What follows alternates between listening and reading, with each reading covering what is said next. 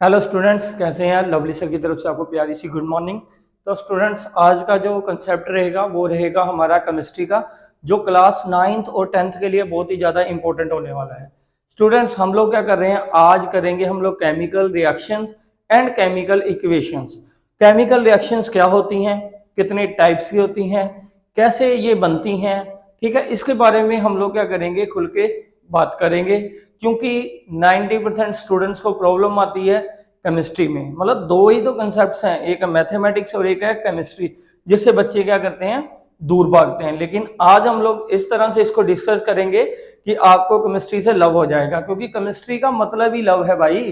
ठीक है, तो क्या करेंगे इसमें हम लोग पढ़ेंगे केमिकल रिएक्शन है क्या, फिजिकल चेंज क्या होता है, केमिकल चेंज क्या होता है, लॉ ऑफ कंजर्वेशन ऑफ मास क्या कहता है, सिंबल्स क्या है। तो बहुत सारी बातें होने वाली हैं इस कंसेप्ट के साथ साथ, जिससे आपको जो केमिस्ट्री है वो बहुत ज्यादा इंटरेस्टिंग लगने लगेगी।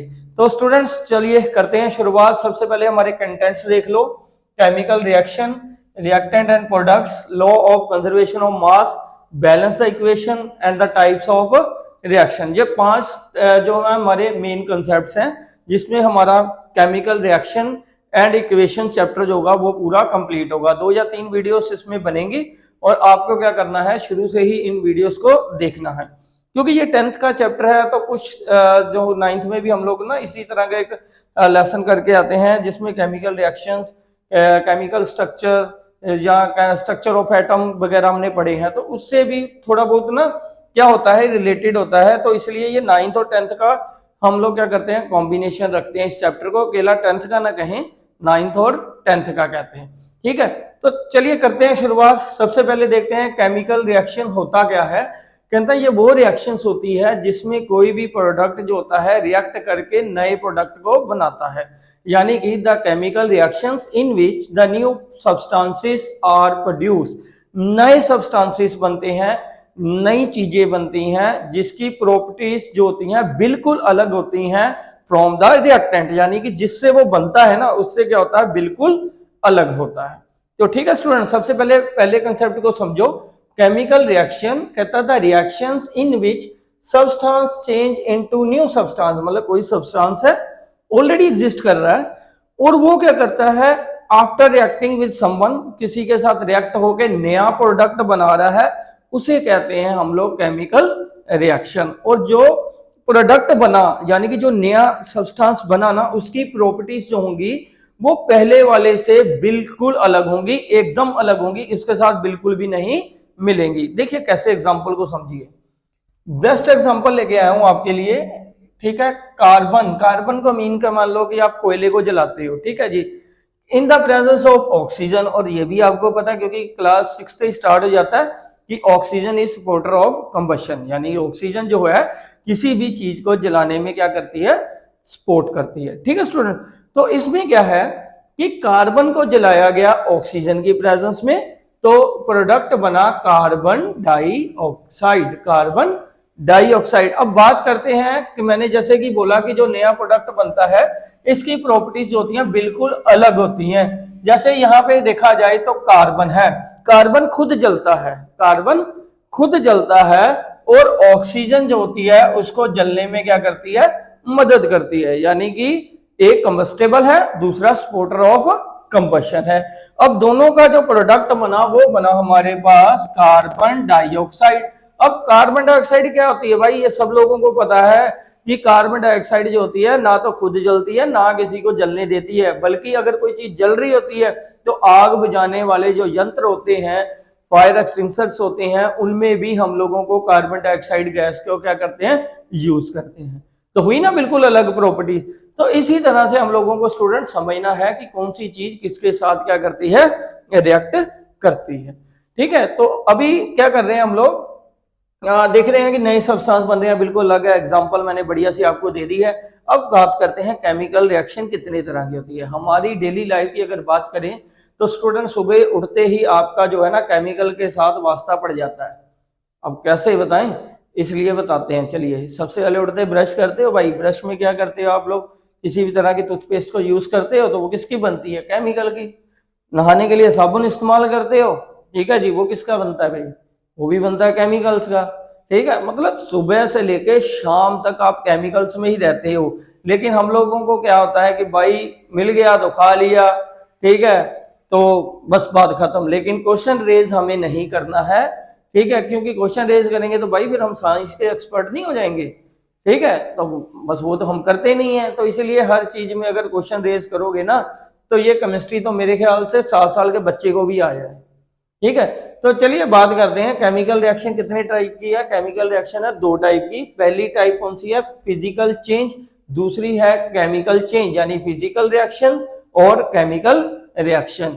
जहां पे बात होगी फिजिकल की, उसकी अपीयरेंस की, उसके कलर की, उसकी शेप की, ठीक है स्टूडेंट। फिजिकल चेंज में क्या होगा, उसका कलर चेंज होगा, उसकी शेप चेंज होगी और उसकी स्टेट चेंज होगी। स्टेट का मतलब क्या होता है भाई, अगर सॉलिड है तो लिक्विड में, अगर लिक्विड है तो गैस में, या गैस है तो भाई वो लिक्विड में। तो इस तरह से हम लोगों को फिजिकल चेंज को समझना है। और दूसरी बात होती है, किसी भी तरह की एनर्जी जो होती है वो इन्वॉल्व नहीं होती है किसमें, फिजिकल चेंज में, ठीक है जी। तो बात करते हैं एग्जांपल के साथ। आइस यानी कि सॉलिड है, बर्फ है, जमती है, आजकल गर्मियों का समय है, सभी ने लगाई होगी।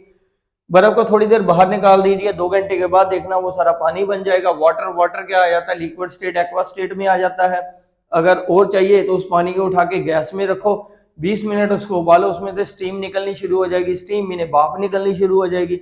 वो किस स्टेज में आ गया आपके पास, गैस स्टेज में। तो ये आप फिजिकल चेंज कर रहे हो, कोई नया सब्सटेंस नहीं बना रहे, तो इसलिए जो प्रॉपर्टीज हैं वो सेम रहेंगी। चाहे वो आइस की प्रॉपर्टी है, वाटर जो आइस में बदला है उसकी भी सेम रहेगी, जो वाटर स्ट्रीम में बदला है उसकी भी प्रॉपर्टीज क्या रहेंगी, सेम रहेंगी। तो कहने का मतलब होता है in physical change no new substances are produce, मतलब वही रहते हैं, सिर्फ अपनी स्टेट को क्या करते हैं, चेंज करते हैं। क्लियर, इस कंसेप्ट को क्लियर हो गया तो आगे चलो, आगे चलते हैं हम लोग केमिकल चेंज। अब केमिकल चेंज की भी बात करूं ना, तो केमिकल चेंज का मतलब ये है कि भाई उसकी पूरी स्ट्रक्चर कॉम्पोजिशन चेंज होने वाली है, पूरे एटम्स मॉलिक्यूल्स उसके चेंज होने वाले हैं, पूरी उसकी प्रॉपर्टीज चेंज होने वाली है, ठीक है। कैसे, methane plus oxygen, methane gas जैसे आप घरों में एलपीजी यूज करते हैं ना, ऐसे मीथेन गैस को भी हम लोग जो है ना बायोगैस कहते हैं, और वो रूरल एरिया वगैरह में घरों में जलाने के काम आती है, खाना वगैरह बनाने के लिए। और किसकी प्रेजेंस में जलती है, वो जलती है भाई ऑक्सीजन की प्रेजेंस में, ठीक है। तो ये देखो आप, मीथेन गैस ऑक्सीजन के साथ जली तो प्रोडक्ट क्या बना भाई, आपके पास कार्बन डाइऑक्साइड, वाटर, प्लस आपको क्या देके गई है, हीट देके गई है। क्या देके गई है, हीट, जिससे खाना बन रहा है। तो ये जो आप ट्रायंगल का साइन देख रहे हो ना, ये हीट का साइन है। किसका साइन है, हीट का। भाई देखो, सिंबल और फॉर्मूले आपके मस्ट है। अगर आप बोलोगे कि सर हम ये याद किए बगैर ही केमिस्ट्री को समझ लें, तो इम्पॉसिबल है, ठीक है। अब क्यों है वो बाद में बताएंगे, पहले आप ये समझ लो भाई, ट्रायंगल का मतलब होगा हीट। तो वो आपको केमिकल इक्वेशन को रिप्रेजेंट करने के लिए लगाना जरूरी है, क्योंकि आपको पता होना चाहिए कि कौन कौन से प्रोडक्ट वहां से निकल रहे हैं। अब देखो, जब मैंने आइस, वाटर और स्टीम को चेंज किया, कोई किसी तरह की हीट नहीं निकली, क्योंकि वो फिजिकल चेंज है भाई, कोई ऐसा कुछ होता नहीं है। हाँ, ये केमिकल चेंज में होता है, जैसे मीथेन, ऑक्सीजन को हमने मिलाया, मतलब जलाया उसको, तो बना कार्बन डाइऑक्साइड, वाटर और साथ में हीट मिला, ठीक है। तो फर्स्ट एग्जांपल आपकी केमिकल चेंज की, और इसकी प्रॉपर्टी बिल्कुल अलग है उसके रिएक्टेंट से, ठीक है स्टूडेंट। सेकंड देखो, अरे भाई सुबह दही तो खाते हो ना, ठीक है, तो दही भी सबको पता है भाई दूध से बनता है, हाँ बनता है भाई, ठीक है। डेयरी में गए, दही लिया, परोठा खाया, बात खत्म। अब ये भी पता है कि दूध के साथ बनता है, लेकिन कैसे बनता है नहीं जानना हमें, ठीक है। क्यों भाई, क्यों नहीं जानना, फिर कंप्लेंट करते हो केमिस्ट्री आती नहीं है, और आपको डेली लाइफ में होने वाले चेंजेस को जानना नहीं है, ठीक है। तो देखो क्यों, कैसे बनता है ये, जैसे दूध है ना, दूध में एक लैक्टोबैसिलस बैक्टीरिया पैदा हो जाता है जब वो एसिडिक मीडियम में जाने लगता है, ठीक है। तो जो लैक्टोबैसिलस बैक्टीरिया होता है वो क्या करता है, केमिकल कॉम्पोजिशन जो मिल्क की है ना उसको चेंज करके किसमें चेंज कर देता है, कर्ड में, यानी कि दही में बदल देता है। और दही की जो प्रॉपर्टीज है ना वो क्या होती हैं, बिल्कुल अलग होती हैं दूध से। और ये भाई इरिवर्सिबल रिएक्शन है, यानी कि आप लोग जो हैं इसको दोबारा मिल्क में चेंज नहीं कर सकते। तो केमिकल रिएक्शंस होती है ना, मोस्टली आप मान के चलिए 90% जो होती है वो इरिवर्सिबल होती है। इरिवर्सिबल का मतलब होता है इन द सेंस कि अगर आपने किसी चीज को रिएक्ट करवा दिया और जो वो प्रोडक्ट बन गया तो दोबारा से वो आपको रिएक्टेंट नहीं मिलने वाला है। इस बात को क्लियर कर लो साथ में, ठीक है। अब बात करते हैं हम लोग, जैसे अभी मैं बता के आ रहा था रिएक्टेंट प्रोडक्ट। अब ये रिएक्टेंट और प्रोडक्ट क्या है उसके ऊपर, कंसेप्ट के ऊपर बात करेंगे। सबसे पहले हमारे पास आ गया रिएक्टेंट। कहता है रिएक्टेंट क्या होता है, कहता है भाई जिन सब्सटेंसेस को लेके, जिन चीजों को लेकर आप एक्सपेरिमेंट करने जा रहे हैं, आप किसी भी केमिकल रिएक्शन को करने जा रहे हैं, वो बनता है रिएक्टेंट। यानी कि the chemical substances which take part in reaction are called reactant. ठीक है, जैसे इसमें हमने किसको रिएक्ट करवाया था भाई, इसमें रिएक्ट कराया था मीथेन को और ऑक्सीजन को, तो ये हमारे क्या हो गए रिएक्टेंट्स। क्या हो गए रिएक्टेंट्स। अब प्रोडक्ट क्या होते हैं, जो नए सब्सटेंसेस बनते हैं आफ्टर केमिकल रिएक्शन, उनको कहते हैं प्रोडक्ट्स। तो यहाँ पे प्रोडक्ट्स क्या बने हमारे, कार्बन डाइऑक्साइड और वाटर, तो ये बना हमारा प्रोडक्ट्स। तो अभी तो मेरे ख्याल से कोई कंफ्यूजन रहनी नहीं चाहिए, तो आपको सिंपल समझा दिया मैंने कि जिन सब्सटेंसेस को आप रिएक्ट करा रहे हो वो रिएक्टेंट होगा, जो सब्सटेंसेस नए बन रहे हैं वो बनेंगे हमारे पास प्रोडक्ट्स। ठीक है स्टूडेंट, अब बात करो आप लोग रिएक्टेंट और प्रोडक्ट का तो हो गया। एक और बेस्ट एग्जांपल ले लो, ठीक है, फोटोसिंथेसिस की एग्जांपल है ये। कहां से सही मैंने, फोटोसिंथेसिस। फोटोसिंथेसिस का तो सबको पता है कि क्या है, ये वो प्रोसेस है जिससे प्लांट्स क्या करते हैं, अपना खाना तैयार करते हैं। अब भाई आप लोगों को पता है कि ये भी एक केमिकल रिएक्शन है। क्लोरोप्लास्ट में जो क्लोरोफिल होता है ना, ठीक है, ग्रीन कलर का जो पिगमेंट होता है, ठीक है, वो क्या करता है, सनलाइट को ऑब्जर्व करता है और सनलाइट को ऑब्जर्व करके सोलर एनर्जी को केमिकल एनर्जी में चेंज करता है in the form of glucose और in the form of ATP, adenosine triphosphate के रूप में क्या करता है, इसको स्टोर करते हैं। तो वो ये केमिकल कॉम्पोजिशन है जिसमें क्या करते हैं, प्लांट्स कार्बन डाइऑक्साइड को लेते हैं, ठीक है, वाटर की हेल्प के साथ इन द प्रेजेंस ऑफ सनलाइट, ठीक है, क्या बनाते हैं, वो ग्लूकोज बनाते हैं, ठीक है, और साथ में हमें क्या देते हैं, ऑक्सीजन गिव अप कर देते हैं। ठीक है स्टूडेंट्स, तो ये समझ लो। अब कार्बन डाइऑक्साइड और वाटर क्या हो गया हमारा रिएक्टेंट, क्योंकि ये दोनों रिएक्ट कर रहे हैं तो रिएक्टेंट हो गया। अब ग्लूकोज और ऑक्सीजन क्या बन गए, उनके प्रोडक्ट बन गए, क्योंकि आफ्टर रिएक्टिंग ये क्या कर रहे हैं, ग्लूकोज और ऑक्सीजन में बदल रहे हैं। तो इस तरह से हमारे ये क्या बन गए, प्रोडक्ट्स बन गए। आई होप कि कंसेप्ट आपको अच्छा लग रहा होगा। ठीक है, तो एंजॉय करते हैं और साथ में इसको पढ़ते हैं। तो रिएक्टेंट और प्रोडक्ट में अगर फिर भी कोई कमी रह जाएगी तो आप कमेंट बॉक्स में बताना, फिर उसके ऊपर और ज्यादा हम लोग बात करेंगे। ठीक है स्टूडेंट, चलिए आगे देखते हैं।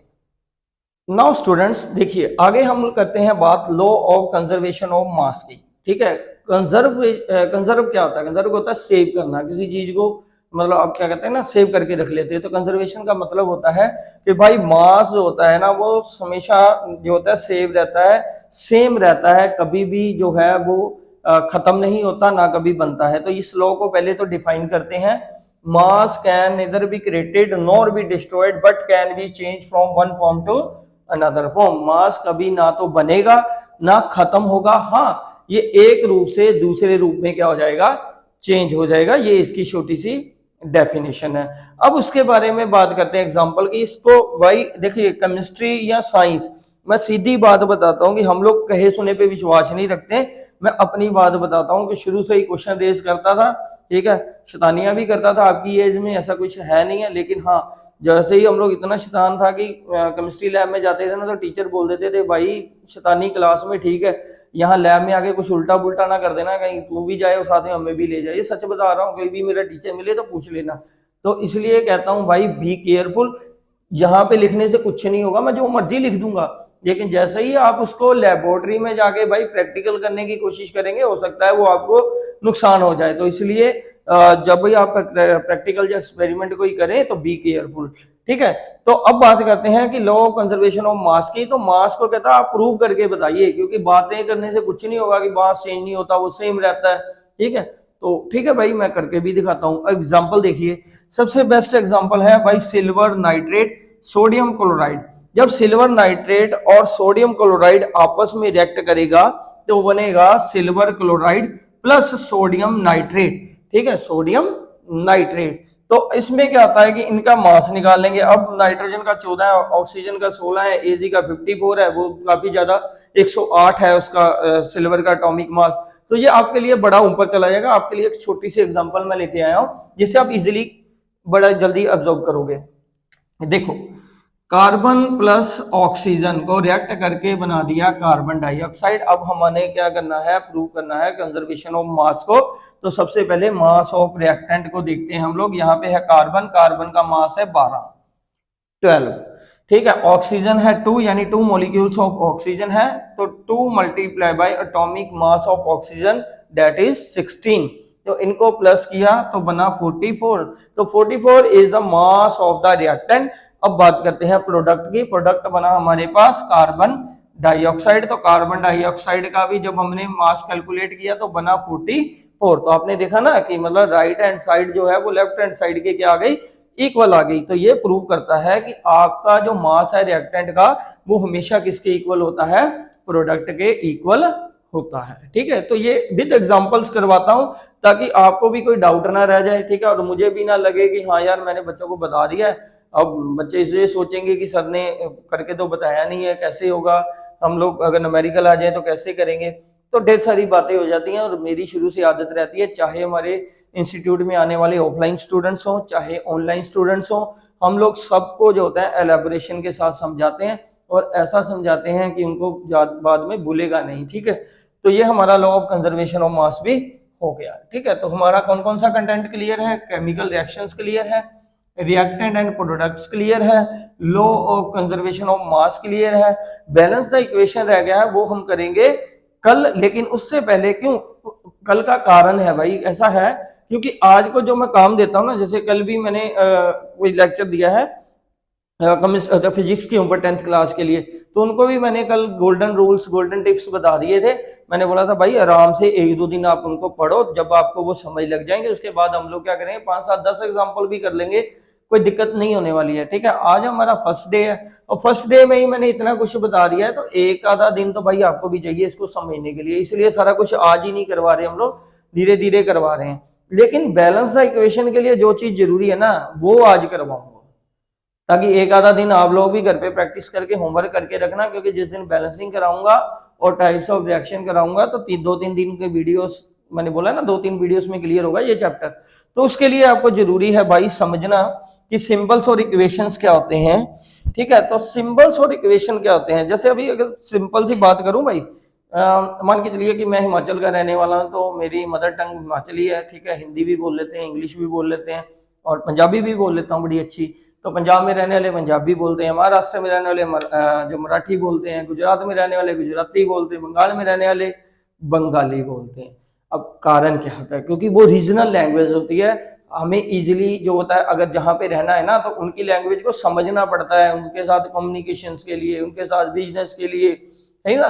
तो इसी तरह से केमिस्ट्री की भी एक लैंग्वेज है, उसकी खुद की लैंग्वेज है। ठीक है, जो साइंस के स्टूडेंट्स होंगे अगर उनको भाई स्टडी करनी है तो उसकी लैंग्वेज को भी समझना होगा।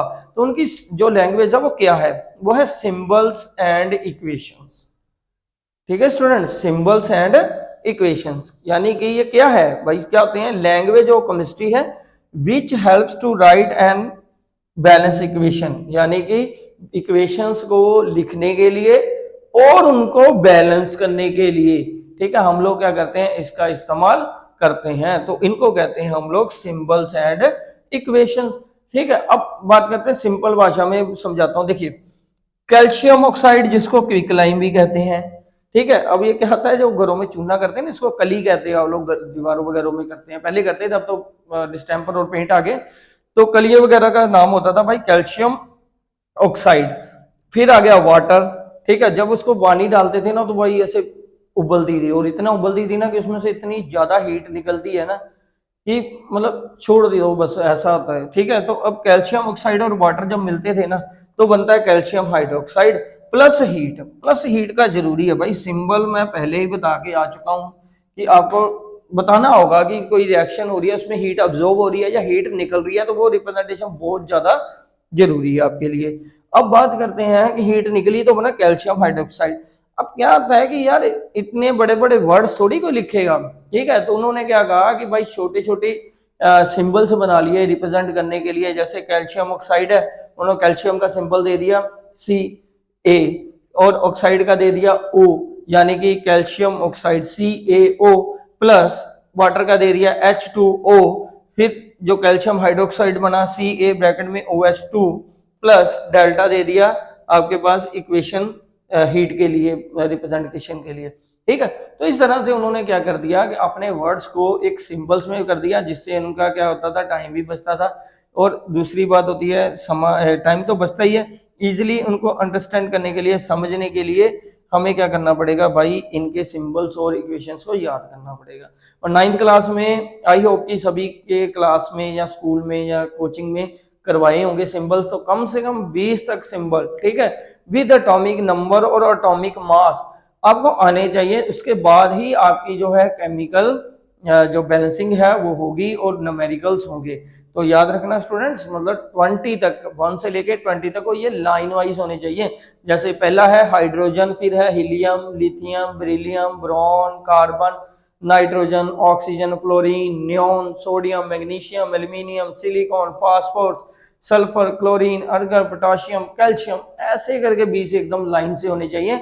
तब जाकर आपका जो है वो केमिकल इक्वेशन चैप्टर अच्छे से समझ आएगा। तो आई होप कि यहाँ तक तो आपको बड़ा इजीली समझ आ गया होगा। अगर कोई दिक्कत होगी तो कमेंट बॉक्स में बनाना, हम लोग क्या करेंगे उसी कंटेंट के ऊपर कम से कम आधा घंटा पौने घंटे की वीडियो बना देंगे, ताकि वो आपको अच्छे से समझ आ जाएगा। क्योंकि हमारा मकसद ये आपके डाउट्स को क्लियर करना, इसलिए हमारे चैनल का नाम है MCI science and math doubt channel.